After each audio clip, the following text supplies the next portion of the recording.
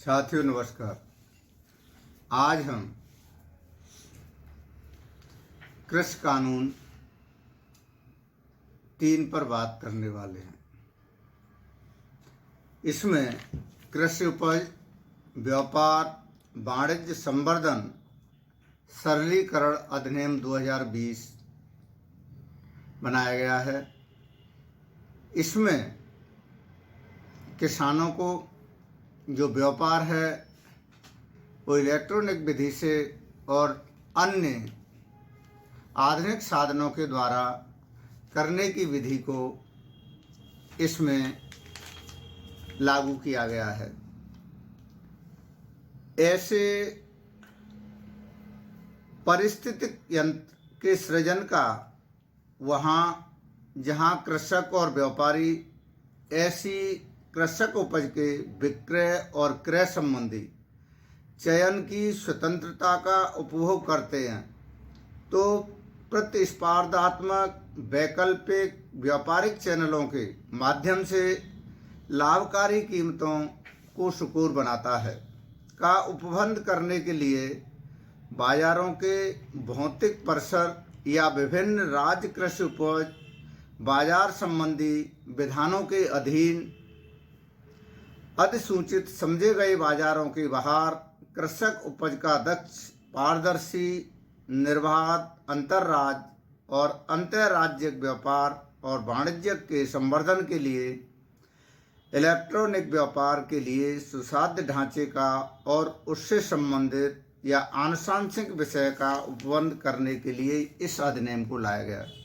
साथियों, ये बात ठीक है, लेकिन एक चीज हमें कहनी पड़ेगी बिना किसी भेदभाव के कि जहां भारत का 70% किसान ऐसा है जो आधुनिक संसाधनों का उपयोग नहीं कर सकता है, इलेक्ट्रॉनिक साधनों का उपयोग नहीं कर सकता है, एटीएम से भी उनके से रोज फ्रॉड हो सकता है, वहां पर ये जो पूंजीवादी व्यवस्था के व्यापारी वर्ग हैं उसमें एक और विधान किया गया है कि जो 1961 के तहत आयकर का जिन पर दाता नहीं है या उनका उसके द्वारा रजिस्ट्रेशन नहीं है, वे व्यापार नहीं कर सकते हैं। तो इन कठिन परिस्थितियों में हमारा जो देशी भोला भाला किसान है या किसान के साथ करने वाला व्यापारी है, उसको बहुत दिक्कत आई। दूसरा जो सबसे बड़ी एक दिक्कत आई वो ये आएगी कि इस कानून को आने से लगभग जो हमारे छोटे छोटे व्यवसाय करने वाले बीच में किसानों के साथ में 1 करोड़ परिवार बेरोजगार हो जाएंगे। उनको संसाधन जुटाने के लिए या उनको रोजगार उपलब्ध कराने के लिए इस बिल में कोई प्रावधान नहीं किया गया है, क्योंकि जो छोटे छोटे लोग छोटी छोटी मंडियों में अपने व्यापार संचालन करके परिवार का भरण पोषण करते हैं, जो कृषि उससे जुड़े हुए हैं, तो उन लोगों को उसमें पूंजीवादी व्यवस्था में दिक्कत होगी।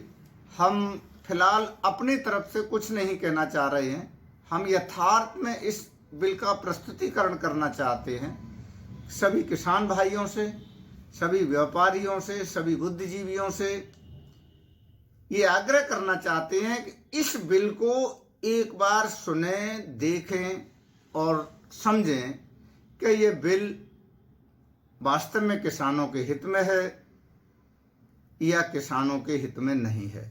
ये विश्लेषण हम सबको मिलकर करना है, क्योंकि हम इस पे बिल पे हमें कोई व्याख्या करने की या इसमें कोई त्रुटि करने का कोई हमारी मंशा नहीं है। हमारी मंशा सिर्फ बिल को प्रॉपर यथार्थ में जो भी है वो आपके सामने प्रस्तुत करना है। साथियों, इन सब के साथ साथ एक चीज़ का और ध्यान रखें कि इस चैनल को सब्सक्राइब अवश्य करें, जिससे इसमें बनाए जाने वाले सभी वीडियो आप तक पहुँचें और आप उन्हें समझें और जनता को समझाएं, उन हमारे भोले भाले किसानों तक भी पहुंचाएं जो किसान मोबाइल का उपयोग नहीं करते हैं, खाली ऐसे मोबाइल का उपयोग करते हैं जिनसे फ़ोन सुना जा सकता है, तो उन अपने साथियों तक भी पहुंचाएं, जिससे ये कृषि बिल जन जन तक पहुंचे और इसकी उपयोगिता, विशेषता या उसके गुण दोषों को लोग समझ सकें। साथियों, इसके साथ ही भारत गणराज्य के 71वें वर्ष में संसद द्वारा निम्नलिखित रूप से यह अधिनियमित किया गया है। अध्याय 1 प्रारंभिक। इस अधिनियम का संक्षिप्त नाम कृषक उपज व्यापार और वाणिज्य संवर्धन अधिनियम 1920 है। यह 5 जून 20 को यह 5 जून 2020 को प्रवर्त हुआ समझा जाएगा। इस अधिनियम में जब तक कि संदर्भ से अन्यथा अपेक्षित न हो, इलेक्ट्रॉनिक, व्यापारिक और स्वव्यवहार प्लेटफॉर्म से कृषक उपज का किसी इलेक्ट्रॉनिक युक्तियों और इंटरनेट उपयोजनों के नेटवर्क के माध्यम से व्यापार और वाणिज्य के संचालन हेतु प्रत्यक्ष और ऑनलाइन क्रय और विक्रय के सुकोर बनाने के लिए स्थापित ऐसा प्लेटफॉर्म अभिप्रेत है जहां प्रत्येक ऐसे श्रम व्यवहार का परिणाम कृषक उपज का वास्तविक प्रदान होता है। कृषक से ऐसा व्यक्ति अभिप्रेत है जो स्वयं या भाड़े के श्रमिक द्वारा या अन्यथा कृषक उपज के उत्पादन में लगा हुआ है, और इसके अंतर्गत कृषक उत्पादक संगठन भी है। कृषक उपज से निम्नलिखित अभिप्रेत हैं। नंबर 1, गेहूं, चावल या अन्य मोटा अनाज, दालें, खाद्य, तिलहन, तेल, साग, भाजी, फल, मेवा, मसाले, गन्ना और कुक्कुट, सूअर, बकरी, मत्स्य और डेयरी उत्पादन सहित ऐसे खाद्य पदार्थ जो अपनी नैसर्गिक या प्रसंस्कृत रूप से मानव उपभोग के लिए आस्वर्दित हैं। सेकंड, खली और अन्य सांद्रों सहित पशुचारा। थर्ड, कच्ची कपास, चाहे उसकी ओटाई की गई है या ओटाई नहीं की गई है, बिनौला और कच्चा पटसन। कृषक उत्पादन संगठन से कृषकों का कोई ऐसा संगम या समूह अभिप्रेत है, चाहे वह किसी नाम से ज्ञात हो। इसके पहलू फर्स्ट, तत्समय प्रवर्त किसी विधि के अधीन रजिस्ट्रीकृत। सेकंड, केंद्रीय सरकार या राज्य सरकार द्वारा प्रायोजित किसी स्कीम या कार्यक्रम के अधीन संवर्धित है। अंतरराज्य व्यापार से कृषक उपज के क्रय या विक्रय की ऐसी कार्रवाई अभिप्रेत है जिसमें एक राज्य का व्यापारी अन्य राज्य के कृषक या किसी व्यापारी से कृषक उपज का क्रय करता है और ऐसी कृषक उपज का परिवहन उस राज्य से जहां से व्यापारी ने ऐसी कृषक उपज खरीदी है या जहां ऐसी कृषक उपज उत्पन्न होती है भिन्न राज्यों में किया जाता है।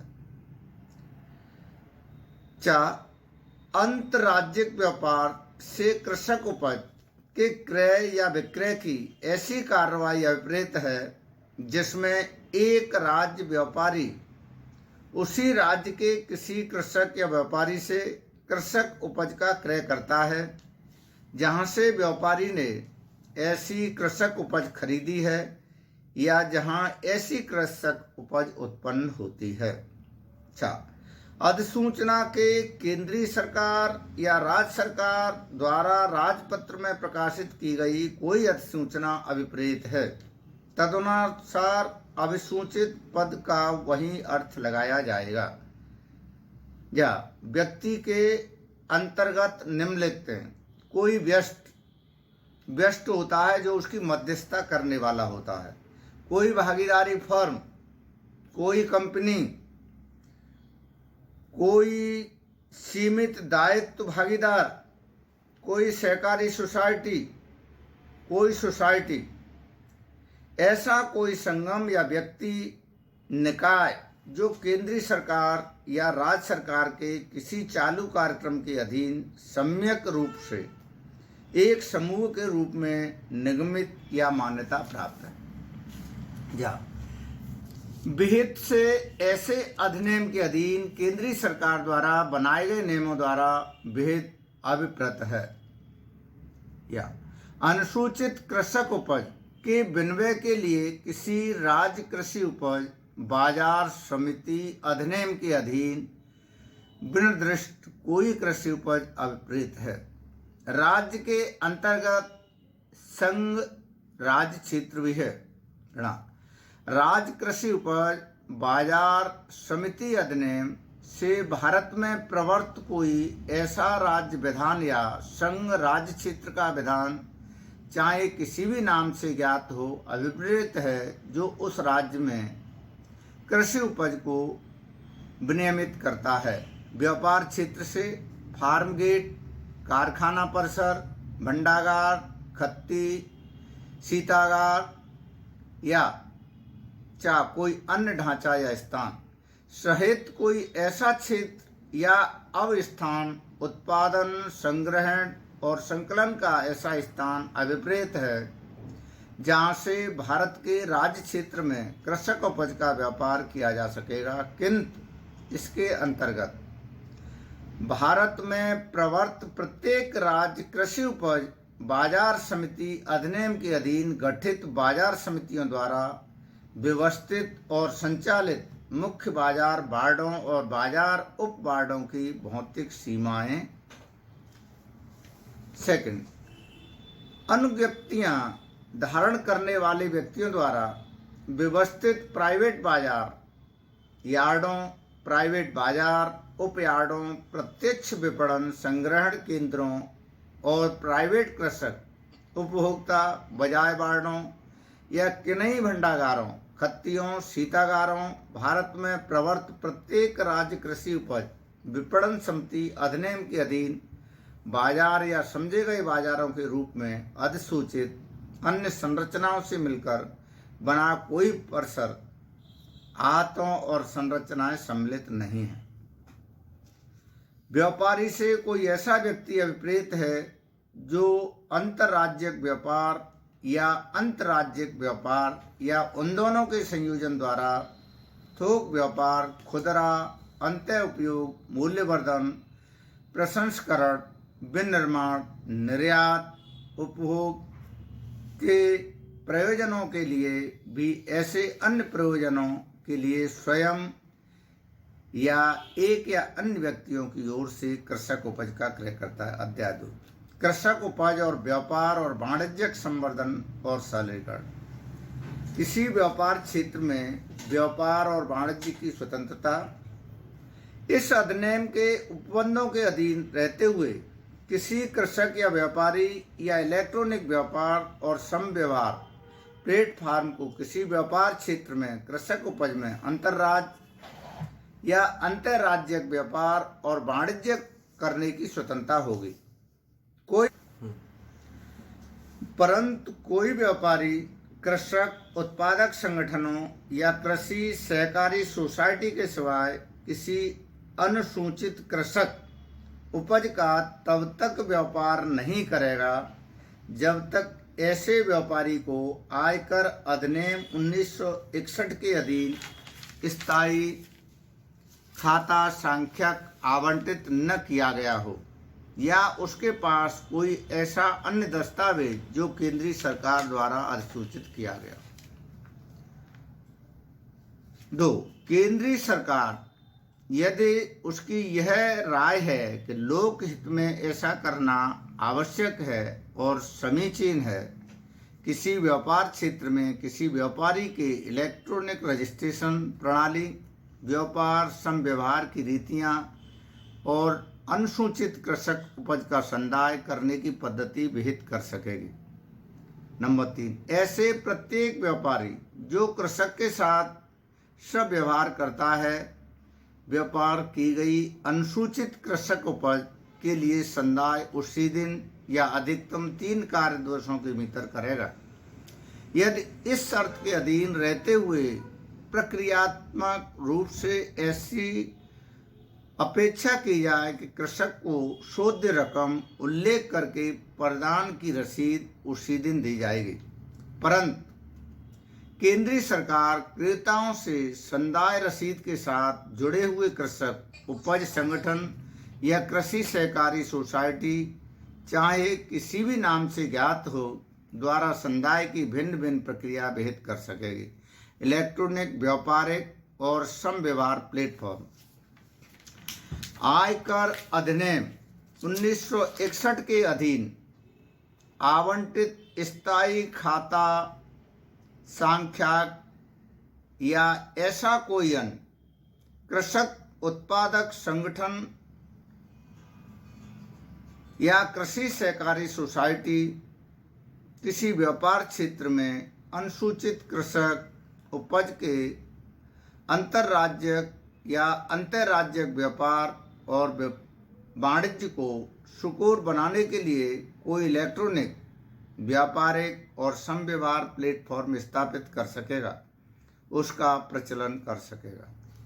परंतु इलेक्ट्रॉनिक व्यापारिक और समव्यवहार प्लेटफॉर्म स्थापित और प्रचालित करने वाला व्यक्ति व्यापार की रीति, फीस, अन्य प्लेटफार्मों के साथ अंतर व्यवहार सहित तकनीकी पैरामीटर, तर्कसंगत व्यवस्थाएं, गुणवत्ता निर्धारण, यथासंभव संदाय, प्लेटफॉर्म के संचालन के स्थान की स्थानीय भाषा में मार्गदर्शक सिद्धांतों का प्रसारण जैसी उचित व्यापार पद्धतियों और ऐसे अन्य विषयों के लिए मार्गदर्शक सिद्धांत तैयार करेगा और उसका क्रियान्वयन करेगा।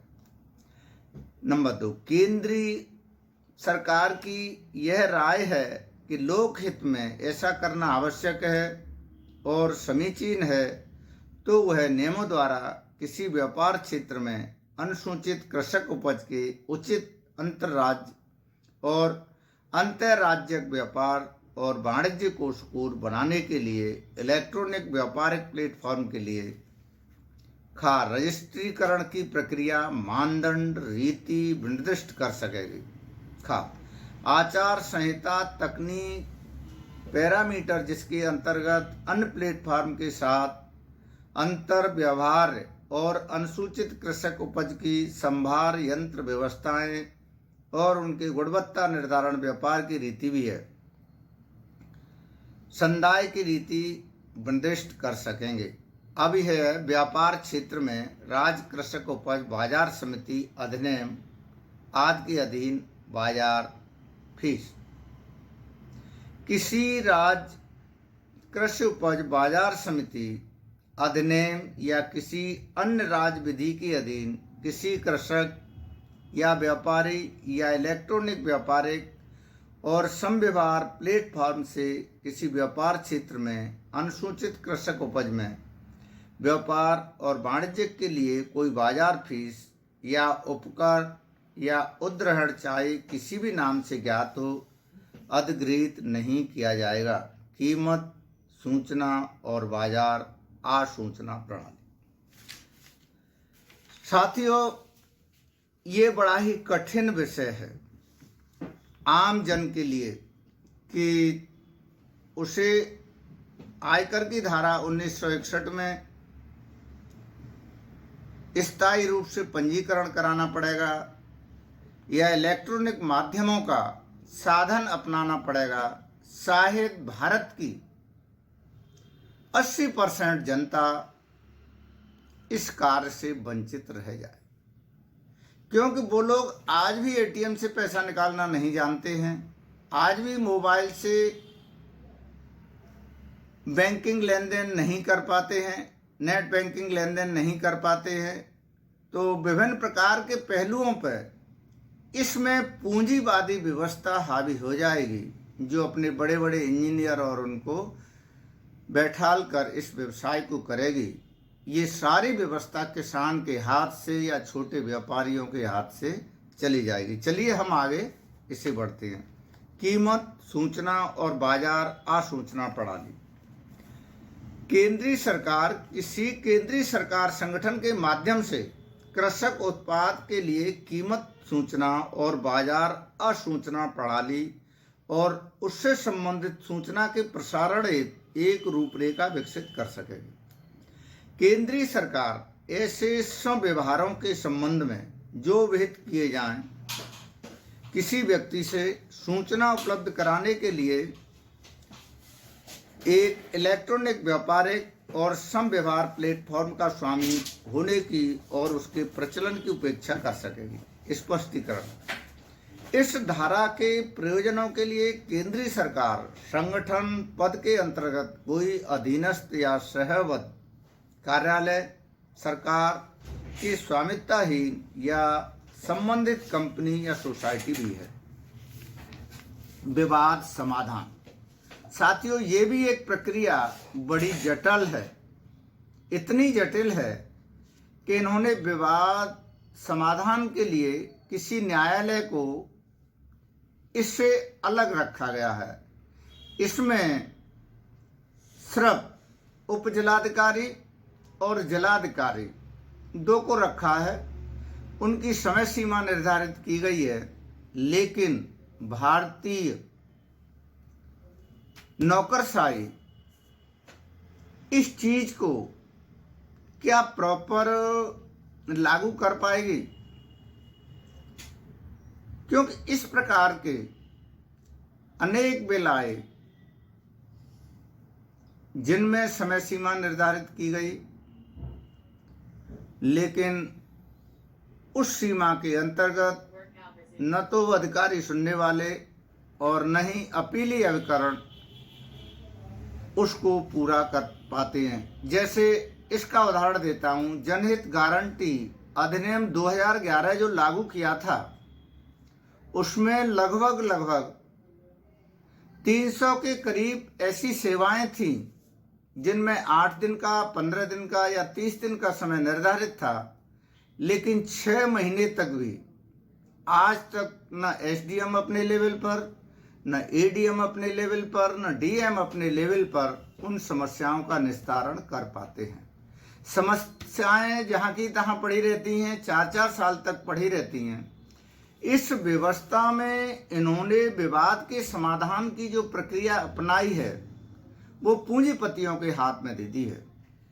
उपजिलाधिकारी जहां बड़े पूंजीपति का आदमी आएगा बैग लेके, उसकी बात सुनेगा, किसान को उसके अंदर घुसने भी नहीं दिया जाएगा। तो ये प्रक्रिया भी बड़ी जटिल है।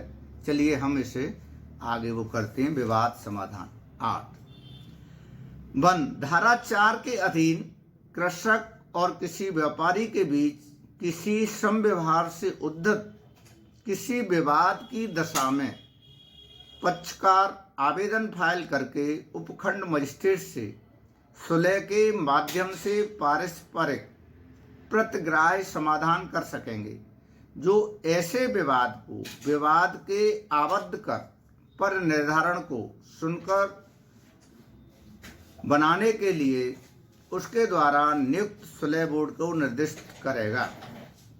नंबर 2, उपधारा 1 के अधीन उपखंड मजिस्ट्रेट द्वारा नियुक्त प्रत्येक सुलह बोर्ड एक अध्यक्ष और कम से कम 2 और 4 से अनधिक ऐसे सदस्यों से मिलकर बनेगा जिन्हें उपखंड मजिस्ट्रेट ठीक समझे। नंबर 3, अध्यक्ष उपखंड मजिस्ट्रेट के पर्यवेक्षण और नियंत्रण के अधीन सेवारत कोई अधिकारी होगा और अन्य सदस्य विवाद के पक्षकारों का प्रतिनिधित्व करने हेतु बराबर संख्या में नियुक्त व्यक्ति होंगे और किसी पक्षकार का प्रतिनिधित्व करने के लिए नियुक्त कोई व्यक्ति उस पक्षकार की सिफारिश कर नियुक्त किया जाएगा। परंतु यदि कोई पक्षकार 7 दिन के भीतर ऐसी सिफारिश करने में असफल रहेगा, जो उपखंड मजिस्ट्रेट ऐसे व्यक्तियों की नियुक्ति करेगा जिन्हें वह उस पक्षकार का प्रतिनिधित्व करने के लिए ठीक समझे। 4, जहां सुलह कार्य कार्यवाहियों के दौरान किसी विवाद के संबंध में कोई समाधान हो जाता है तदनुसार समाधान ज्ञापन बनाया जाएगा और वह ऐसे विवाद के पक्षकारों द्वारा हस्ताक्षरित होगा जो पक्षकारों पर आबद्ध कर होगा। 5. यदि उपधारा 1 के अधीन स्वव्यवहार के पक्षकार इस धारा के अधीन उपवर्णित रीत में 30 दिन के भीतर विवाद का समाधान करने में असमर्थ रहते हैं तो संबंध उपखंड मजिस्ट्रेट से संपर्क कर सकेंगे। ऐसे विवाद के समाधान के लिए उपखंड प्राधिकारी होगा। उपखंड प्राधिकारी स्वप्रेरणा से या किसी याचिका के आधार पर या किसी सरकारी अभिकरण से निर्देश के आधार पर धारा 4 या उसके अधीन बनाए गए नियमों के उपबंधों के किसी उल्लंघन का संज्ञान लेगा और उपधारा 7 के अधीन कार्रवाई करेगा। 7. उपखंड प्राधिकारी इस धारा के अधीन विवाद का उल्लंघन उसके फाइल किए जाने की तारीख से और पक्षकारों की सुनवाई के अवसर देने के पश्चात 3 दिन के भीतर संक्षिप्त रीत में निश्चय करेगा। विवादाधीन रकम की वसूली के लिए आदेश पारित कर सकेगा। खा धारा 11 की उपधारा 1 में यथानियत शासित अध्यारोपित कर सकेगा। गा इस अधिनियम के अधीन ऐसी अवधि के लिए जो वह ठीक समझे प्रत्यक्ष रूप से या अप्रत्यक्ष रूप से अनुसूचित कृषक उपज के किसी व्यापार और वाणिज्यिक व्यापारिक कार्य को करने से विवादग्रस्त व्यापारी को अवरुद्ध करने का आदेश पारित कर सकेगा। 8. उपखंड प्राधिकारी के आदेश से व्यक्ति कोई पक्षकार ऐसे आदेश के 30 दिन के भीतर अपील प्राधिकारी कलेक्टर या कलेक्टर द्वारा नाम निर्दिष्ट अपर कलेक्टर के समक्ष अपील कर सकेगा जो ऐसी अपील फाइल किए जाने की तारीख से 30 दिन के भीतर अपील का निपटारा करे। 9. इस धारा के अधीन उपखंड प्राधिकारी या अपील प्राधिकारी का प्रत्येक आदेश किसी सिविल न्यायालय की डिक्री का बल रखेगा और उस रूप में प्रवर्तनीय होगा और डिक्रीत रकम की भू राजस्व के बकाये के रूप में वसूली की जाएगी। 10. उपखंड प्राधिकारी के समक्ष कोई याचिका कोई आवेदन और अपील प्राधिकारी के समक्ष कोई अपील फाइल करने की रीति और प्रक्रिया वही होगी जो विहित होगी। इलेक्ट्रॉनिक व्यापारिक और समव्यवहार प्लेटफॉर्म में प्रचलन के अधिकार का निलंबन का रद्दीकरण उसको हमारे एग्रीमेंट को इलेक्ट्रॉनिक एग्रीमेंट को कैसे रद्द किया जा सकता है इस बारे में 9 धारा में 1. कृषि विपणन सलाहकार विपणन और निरीक्षण निदेशालय भारत सरकार या राज्य सरकार का ऐसा कोई अधिकारी जिसे केंद्रीय सरकार द्वारा संबंधित राज्य सरकार के परामर्श से ऐसी शक्तियां प्रत्यायोजित की गई हैं स्वप्रेरणा से या किसी याचिका के आधार पर या किसी सरकारी अभिकरण के निर्देश के आधार पर प्रक्रियाओं मानदंडों रजिस्ट्रीकरण की रीति और आचार संहिता के किसी अंक या धारा 5 के अधीन स्थापित इलेक्ट्रॉनिक व्यापारिक और स्वव्यवहार प्लेटफॉर्म द्वारा उचित व्यापार पद्धतियों के मार्गदर्शक सिद्धांतों के किसी अंग का या धारा 7 के उपबंधों के उल्लंघन का संज्ञान ले सकेगा और प्राप्ति की तारीख से 60 दिन के भीतर आदेश द्वारा ऐसे कारणों से जो लेखबंद किए जाएं का कृषकों और व्यापारियों के संदेय रकम की वसूली का आदेश पारित कर सकेगा। धारा 11 की उपधारा 2 में क्या नित शासित अध्यारोपित कर सकेगा। इलेक्ट्रॉनिक व्यापारिक और समव्यवहार प्लेटफॉर्म के रूप में प्रचालन के अधिकार को ऐसी अवधि के लिए जो वह ठीक समझे निलंबित कर सकेगा या रद्द कर सकेगा। परंतु परंतु रकम की वसूली शासित के अधिरूपण या प्रचलन के अधिकार के निलंबन या रद्दकरण का कोई आदेश ऐसे इलेक्ट्रॉनिक व्यापारिक संव्यवहार प्लेटफॉर्म के प्रचालन को सुनवाई का अवसर दिए बिना पारित नहीं किया जाए। नंबर 2, उपधारा 1 के अधीन किया गया प्रत्येक आदेश सिविल न्यायालय की डिग्री का बल होगा और उस रूप में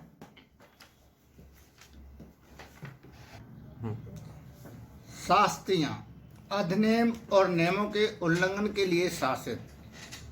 11, कोई धारा 4 या उसके अधीन बनाए गए नियमों का उल्लंघन करेगा वह ऐसी शासित संदाय का जो 25,000 रुपये से कम की नहीं होगी किंतु उसे 5 लाख रुपए तक बढ़ाई जा सकेगी और जहां उल्लंघन जारी रहता है वहां पहले दिन के पश्चात प्रत्येक दिन के लिए जिसके दौरान उल्लंघन जारी रहता है 5,000 रुपये से अनधिक और शासित दी जाएगी। नंबर 2, यदि कोई व्यक्ति जो किसी इलेक्ट्रॉनिक व्यापारिक संव्यवहार प्लेटफॉर्म का स्वामी है उसका नियंत्रण या प्रचलन करता है, धारा 5 और धारा 7 या उसके अधीन बनाए गए नियमों के उपबंधों का उल्लंघन करता है, वह ऐसी शासित के सदस्य का जो 50,000 रुपये से अधिक की नहीं होगी किंतु उसे 10 लाख रुपये तक बढ़ाई जा सकेगी और जहां उल्लंघन जारी रहता है वहां पहले दिन के पश्चात प्रत्येक दिन के लिए 10,000 रुपये अनधिक रूप से शासित की जाए। प्रकीर्ण केंद्रीय सरकार इस अधिनियम के उपबंधों को क्रियान्वित करने के लिए ऐसे अनुदेश निर्देश आदेश दे सकेगी जो मार्गदर्शक सिद्धांत जारी कर सके। साथियों, केंद्रीय सरकार के अनुदेश निर्देश आदेश या मार्गदर्शक सिद्धांत जारी करने की जो शक्ति है वो इलेक्ट्रॉनिक और व्यापारिक और संव्यवहार प्लेटफॉर्म का स्वामी है या उसका प्रचलन करता है व्यापारी या व्यापारियों के वर्ग के लिए आवश्यक समझे। यानी वही व्यक्ति कर सकता है जो इलेक्ट्रॉनिक संसाधनों के प्रॉपर जानता है। सद्भाव पूर्वक की गई कार्रवाई के लिए संरक्षण। नंबर 13, इस अधिनियम या उसके अधीन बनाए गए नियमों या किए गए आदेशों के अधीन सद्भाव पूर्वक की गई या की जाने के लिए आशावित किसी बात से संबंध में कोई भी बात, अभियोजन या अन्य विधिक कार्रवाई केंद्रीय सरकार या राज्य सरकार या केंद्र सरकार या राज्य सरकार अधिकारी या किसी अन्य व्यक्ति के विरुद्ध नहीं होगी। इस अधिनियम के उपबंध किसी राज्य कृषि उपज बाजार समिति अधिनियम या तत्समत प्रवृत्ति किसी अन्य विधि या प्रवर्त किसी विधि के कारण प्रभावी किसी लिखित में अंतर्विष्ट उससे असंगत किसी बात के होते हुए भी प्रभावी होंगे। किसी सिविल न्यायालय को किसी ऐसे विषय की बाबत जिसका वह अधिनियम अधीन बनाए गए नियमों या उसके अधीन सशक्त किसी प्राधिकारी द्वारा संज्ञान लिया जा सकता है उसका निपटारा किया जा सकता है। कोई वाद या कार्रवाई ग्रहण करने की अधिकारता नहीं होगी। किसी भी सिविल न्यायालय को कोई किसी प्रकार के वाद में हस्तक्षेप करने का इसमें अधिकार नहीं है। नंबर 16, इस अधिनियम की कोई बात प्रतिभूत संविदा नियमन 1956 और उसके अधीन मान्यता प्राप्त स्टॉक एक्सचेंज और क्लियरिंग कॉर्पोरेशन उसके अधीन किए गए सब व्यवहारों को लागू नहीं होगी।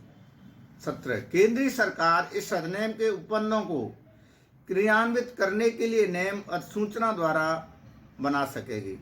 विशिष्टता और पूर्वगामी शक्ति की व्यापकता पर प्रतिकूल प्रभाव डाले बिना ऐसे नियम निम्नलिखित सभी या किसी अन्य विषयों के लिए उपबंध कर सकेंगे। धारा 4 की उपधारा 2 के अधीन अनुसूचित कृषक उपज के किसी व्यापारी के लिए इलेक्ट्रॉनिक रजिस्ट्रीकरण प्रणाली और व्यापार सब व्यवहार की रीतियां।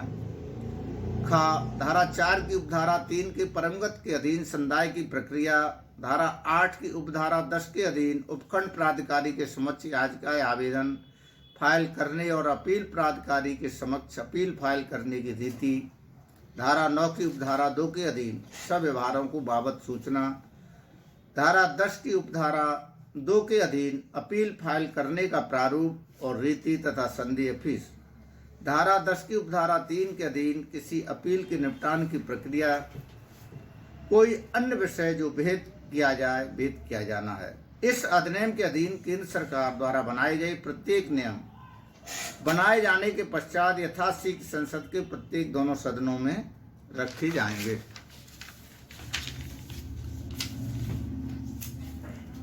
19 यदि इस अधिनियम के उपबंधों को प्रभावी करने में कोई कठिनाई उत्पन्न होती है तो केंद्रीय सरकार राजपत्र में प्रकाशित ऐसे आदेश द्वारा ऐसे उपबंध कर सकेगी जो इस अधिनियम के उपबंधों से असंगत न हो और उस कठिनाई को दूर करने के लिए उसे आवश्यक प्रतीत हो। परंतु यह इस धारा के अधीन कोई आदेश इस अधिनियम के प्रारंभ की तारीख से 3 वर्ष की अवधि के पश्चात नहीं किया जाएगा। इस धारा के अधीन किया गया प्रत्येक आदेश किए जाने के पश्चात यथाशीघ्र संसद के प्रत्येक सदन के समक्ष रखा जाएगा। कृषक उपज व्यापार और वाणिज्य संवर्धन सरलीकरण अध्यादेश 20 निरसित किया जाता है। साथियों, इसकी संपूर्ण कॉपी हमारे उसके साथ ही संलग्न जिस साथी को भी इसे देखनी हो, पढ़नी हो, वो इसे देख सकता है। और इस बिल को देखने के बाद मैं अपने विवेक से कह रहा हूं कि भारतीय किसानों को इसके व्यवहारिक रूप में लाने में या क्रियान्वित करने में या इसके साथ बड़े बड़े पूंजीपतियों के साथ इसके संचालन करने में अधिक कठिनाइयों का सामना करेगा। भारत का 80% किसान उनके द्वारा ठगा जाएगा। और ये कानून मैं अपनी तरफ से कह रहा हूँ कि एक्चुअल में किसान हित में बिल्कुल नहीं है, फिर भी सरकार की नीतियाँ हैं, रीतियाँ हैं, वो अपने हिसाब से वर्क करती है। इसकी जो शासित प्रणालियाँ हैं वो भी इतनी दूषित हैं कि किसान जब भी फंस जाएगा तो इससे लाभ नहीं ले सकता है। क्योंकि मध्य प्रदेश के मंदसौर में जो किसानों द्वारा कॉन्ट्रैक्ट खेती की गई है, जब उन कॉन्ट्रैक्टरों ने उस माल को लेने से मना कर दिया, उसकी गुणवत्ता को कमजोर बताते हुए, तो आज 2 साल से अभी कम समय हुआ है लेकिन उसका निस्तारण नहीं हो पाया है। क्योंकि जो न्याय प्रक्रिया है, जो जिन अधिकारियों तक इस न्याय को सीमित रखा गया है और ये भी रखा गया है कि उनके द्वारा किए हुए न्याय पर किसी प्रकार का संदेह नहीं किया जा सकता या कहीं भी किसी प्रकार का उन्हें दोषी नहीं ठहराया जाता, तो ये प्रक्रिया भी गलत है। साथियों, इसके साथ ही मैं आपसे आग्रह करूंगा कि इन्हें देखें, सोचें, समझें और